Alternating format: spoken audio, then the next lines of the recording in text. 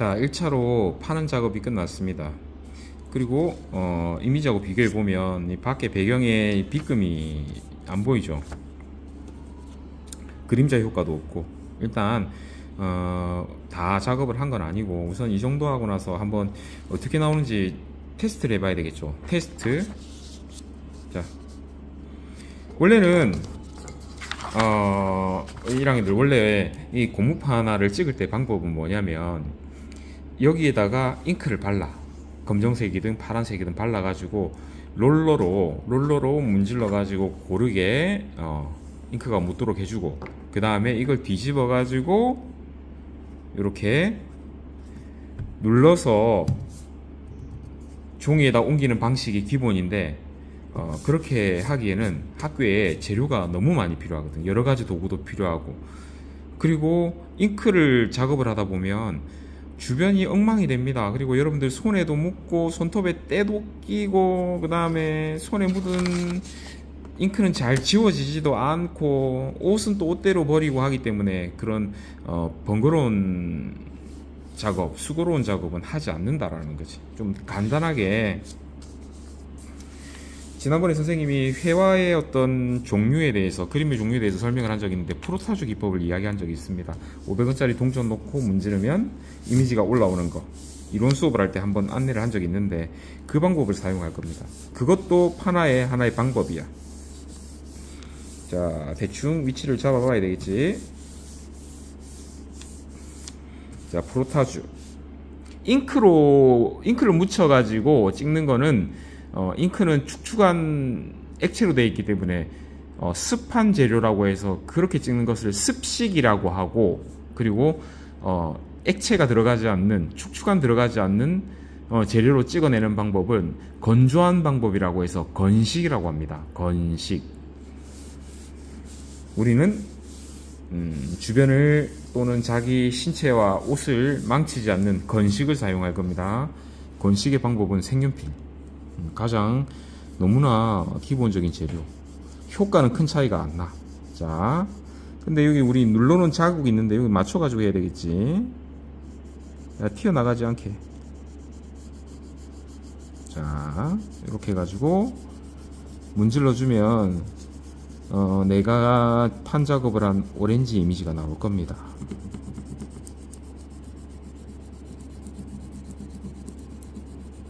이거는 고무판에 있던 고무 찌꺼기를 완전히 제거하지 않았기 때문에 나오는 거죠.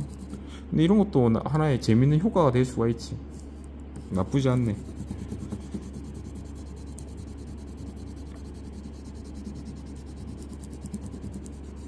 그리고 이거는 조절할 수가 있어.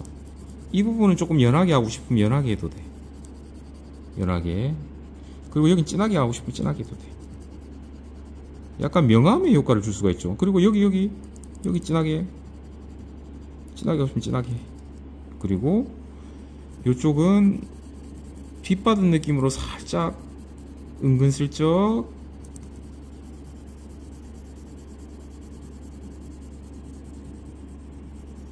이런 식으로 해주고, 그리고 여기는 좀 진하게 해도 되겠지. 어두운 면. 자, 그리고 그림자는 또 진하게. 판으로 작업하지 않고 문지르면서 살짝, 여기도 그림자 효과. 그리듯이 찍듯이.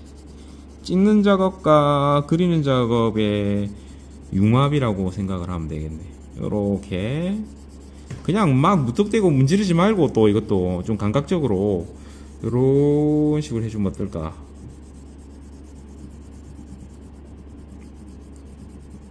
어떻게 하면 좀 예쁘게 될까 고민을 좀 해야 되겠죠. 그리고 이 배경은 또 약간 눌러줘. 이쪽은, 바깥쪽은.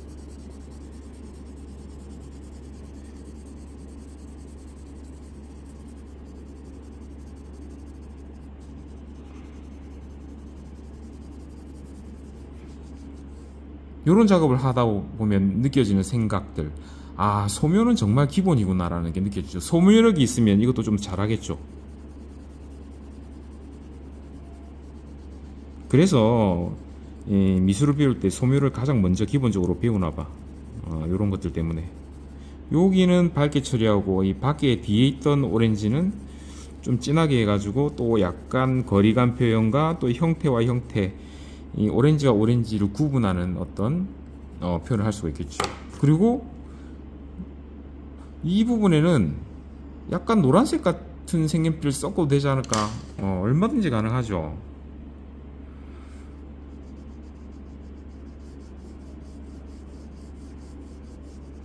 자, 이 판의 이 외곽 부분을 잘 따라서, 우리 대충 알고 있잖아, 여기까지라는 거. 안 튀어나가는 게 좋겠지. 자,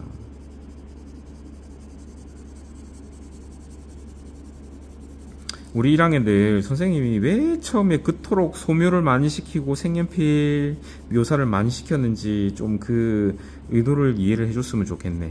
자, 이제 여기서부터도 활용이 되죠, 그 테크닉들이. 아무리 AI가 발달을 해도 이런 효과는 못 낼걸.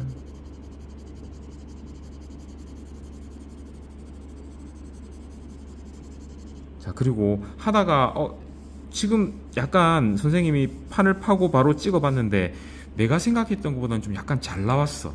기분이 좋아. 이럴 때는 만족감이 생기지.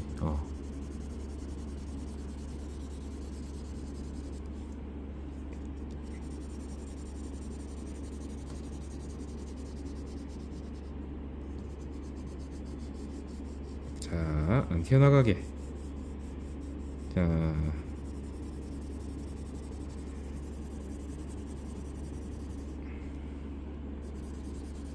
선생님이 지금 빨간색 연필밖에 준비를 안 했거든. 색연필.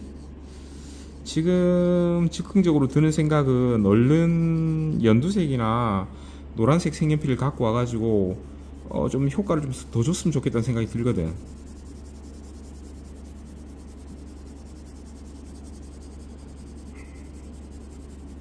자, 여기 좀 진하게 하자. 배경 부분 여기.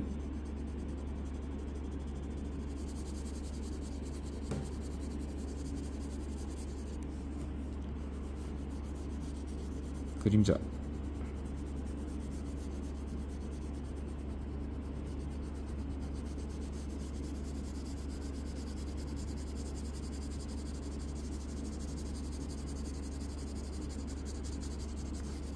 자, 이렇게 하면 하나의 판화 작품이 완성이 됐습니다. 자, 그리고 이제 영상 시간이 좀 길어지네. 자, 이 정도. 그리고 판화에서는 정말 중요한 게 뭐냐면 사인입니다. 사인.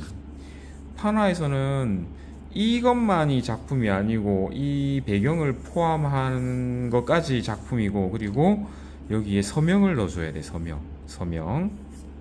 자, 수업 시간에 선생님이 설명을 할 텐데, 기본은 AP란 말을 써. AP. 그리고 날짜 2025년, 지금은 9월. 일자까지는 안 쓸 거고, 제목은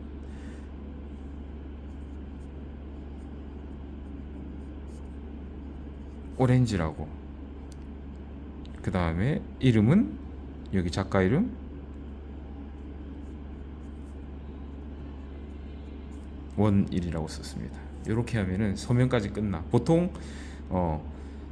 이 찍은 판이 몇 번째 판인지를 나타내는 기호를 넣고, 그 다음에 날짜, 제목, 작가 이름, 요렇게 4개를 기본적으로 서명을 합니다.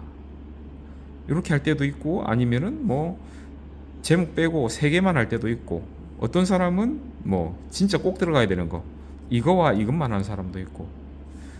근데 기본 세팅은 이 4가지.